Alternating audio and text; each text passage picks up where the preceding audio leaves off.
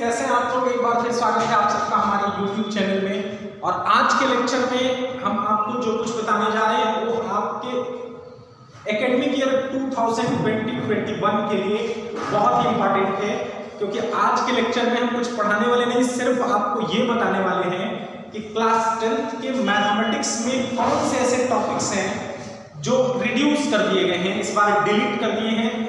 That means delete का मतलब ये हुआ कि ये चैप्टर्स से क्वेश्चन, इन चैप्टर्स और इन टॉपिक्स से क्वेश्चन इस ईयर नहीं पूछे जाएंगे आपके बोर्ड एग्जाम में।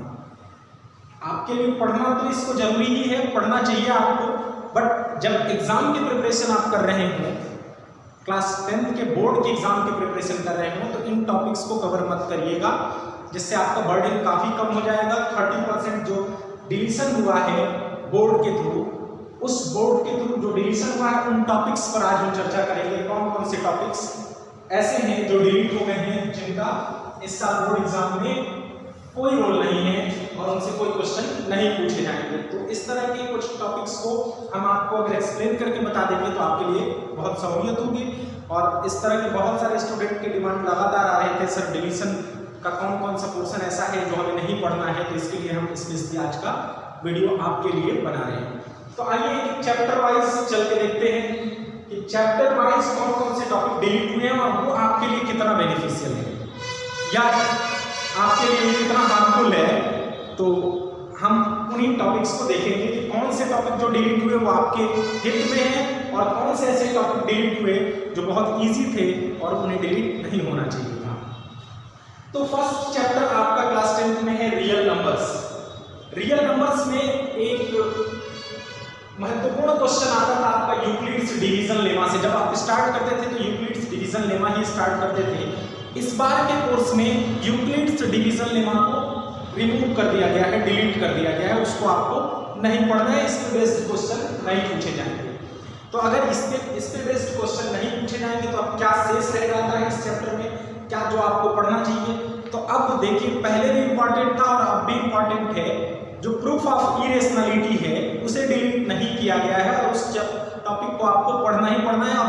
और भी ज्यादा प्रोबेबिलिटी हो जाती है कि उससे एक डेफिनेटली क्वेश्चन आएगा, proof that either root 2, root 5, root 3 is an irrational. इस टाइप का एक क्वेश्चन जरूर पूछा जाएगा आपसे, क्योंकि वो पोर्शन डिलीट नहीं हुआ है। यूक्लिड्स डिवीजन लेमा से रिलेटेड क्वेश्चन नहीं पूछे जाएंगे, ये टॉपिक इस बार रिमूव कर दिया गया है। ओनली फॉर 2020 एंड 21, सिर्फ इस एकेडमिक ईयर के लिए, ड्यू टू कोविड-19 की वजह से कुछ क्लासेस डिस्टर्ब हुए थे हमारे 2-3 महीने स्टार्टिंग के, उसमें ऑनलाइन भी क्लासेस नहीं चल पाए थे शायद। इस वजह से बोर्ड ने इस तरह का डिसीजन लिया है और 30% रिमूव किया है। तो हर चैप्टर में डिवाइड करके वो रिमूव हुआ है।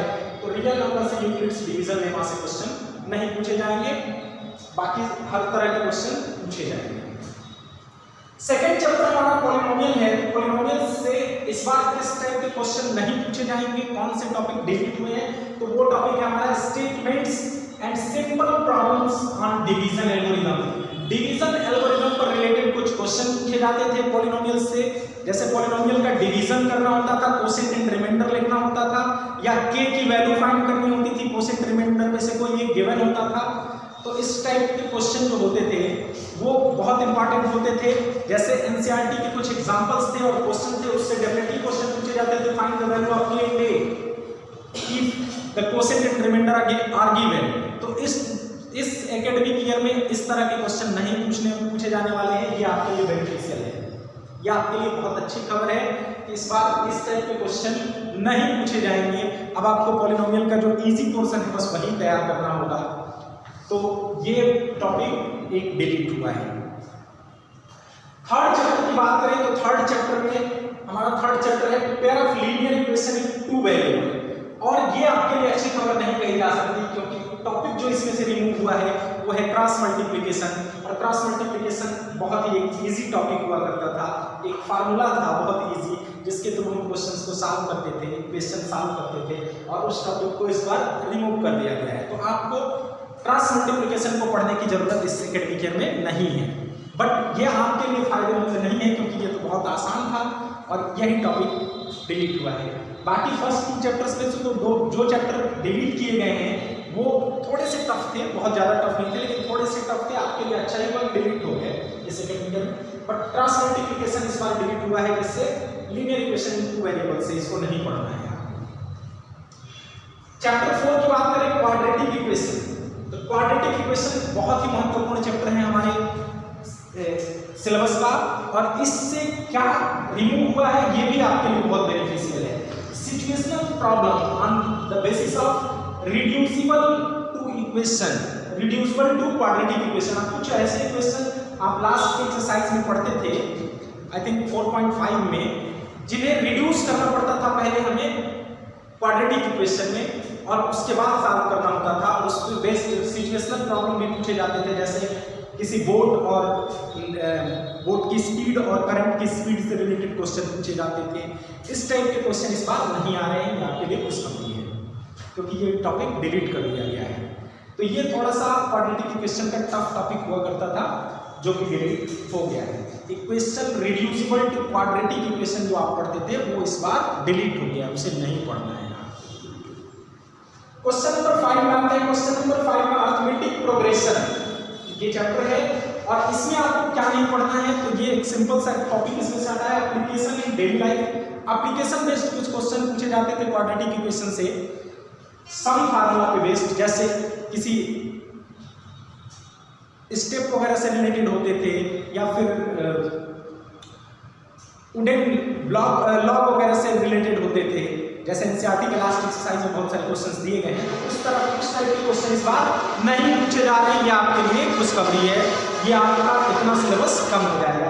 यानी सम से रिलेटेड क्वेश्चन तो पूछे जाएंगे, लेकिन एप्लीकेशन बेस्ड सम से रिलेटेड क्वेश्चन नहीं पूछे जाएंगे। अब अगले चैप्टर पे चलते हैं। नेक्स्ट चैप्टर है हमारा कोऑर्डिनेट ज्योमेट्री। तो कोऑर्डिनेट ज्योमेट्री से एक सिंपल सा टॉपिक देखिए, ये जो टॉपिक रिमूव हुआ है ये बेनिफिशियल आपके लिए कतई नहीं है, क्योंकि इससे एक बड़ा क्वेश्चन आता था, एरिया ऑफ ट्राइंगल पूछा जाता था, या 3 पॉइंट्स को कोलिनियरिटी का कंडीशन प्रूव करना होता था, उसको इस बार रिमूव कर दिया गया है। एरिया ऑफ ट्राइंगल रिमूव कर दिया गया, सिर्फ डिस्टेंस फार्मूला से रिलेटेड क्वेश्चन ही बनेंगे इस बार। तो इसका ना तो बहुत ज़्यादा आपको फायदा हो रहा था, ना तो बहुत ज़्यादा नुकसान है।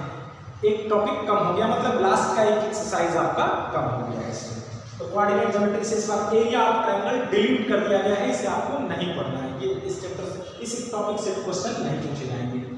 अब नेक्स्ट ज्योमेट्री में आते हैं। तो ज्योमेट्री सेक्शन में ट्रायंगल है पहला चैप्टर आपका, चैप्टर नंबर 7 है ट्रायंगल्स। ट्रायंगल्स से कौन कौन से टॉपिक रिमूव हुए हैं अच्छी तरह से नोट कर लीजिए, उसको अपने बुक में, एनसीईआरटी के बुक में मार्क कर लीजिए। उन टॉपिक्स को आपको पढ़ के एग्जाम में जाने की जरूरत नहीं है। पहला तो है converse of Pythagoras theorem. Pythagoras theorem एक बहुत इंपॉर्टेंट थ्योरम है और टॉपिक है जिससे रिलेटेड क्वेश्चन पूछे जाते हैं, लेकिन कन्वर्ज ऑफ पाइथागोरस थ्योरम इस बार नहीं पूछा जाएगा। पाइथागोरस थ्योरम नहीं डिलीट हुआ है, डिलीट क्या हुआ है, कन्वर्ज ऑफ पाइथागोरस थ्योरम। तो कन्वर्ज ऑफ पाइथागोरस थ्योरम आपको नहीं पढ़ना है एकेडमिक ईयर 2020 एंड 2021 में। और नेक्स्ट टॉपिक जो रिमूव हुआ है वो है proof of area related theorem. Area related theorem जो था कि prove that the areas ratio of the areas of two triangles is equal to the ratios of squares of their corresponding sides. ये बहुत ही important chapter था 6.4 से पहले, और इसको रिमूव कर दिया गया है। ना तो ये थ्योरम पूछा जाएगा, इससे रिलेटेड क्वेश्चन भी नहीं पूछे जाएंगे। तो ये आपके लिए बेनिफिशियल है, और ये एक बड़ा टॉपिक दूसरा वाला रिमूव हुआ है इस बार। तो आपका ज्योमेट्री में भी काफी क्वेश्चन कम हो जाएगा इसकी वजह से, क्योंकि कंप्लीट एक एक्सरसाइज इसी से रिलेटेड पूछा जाता था। तो इस बार आपको ये एरिया रिलेटेड थ्योरम नहीं पढ़ना है और उसका क्वेश्चन नहीं पढ़ना है।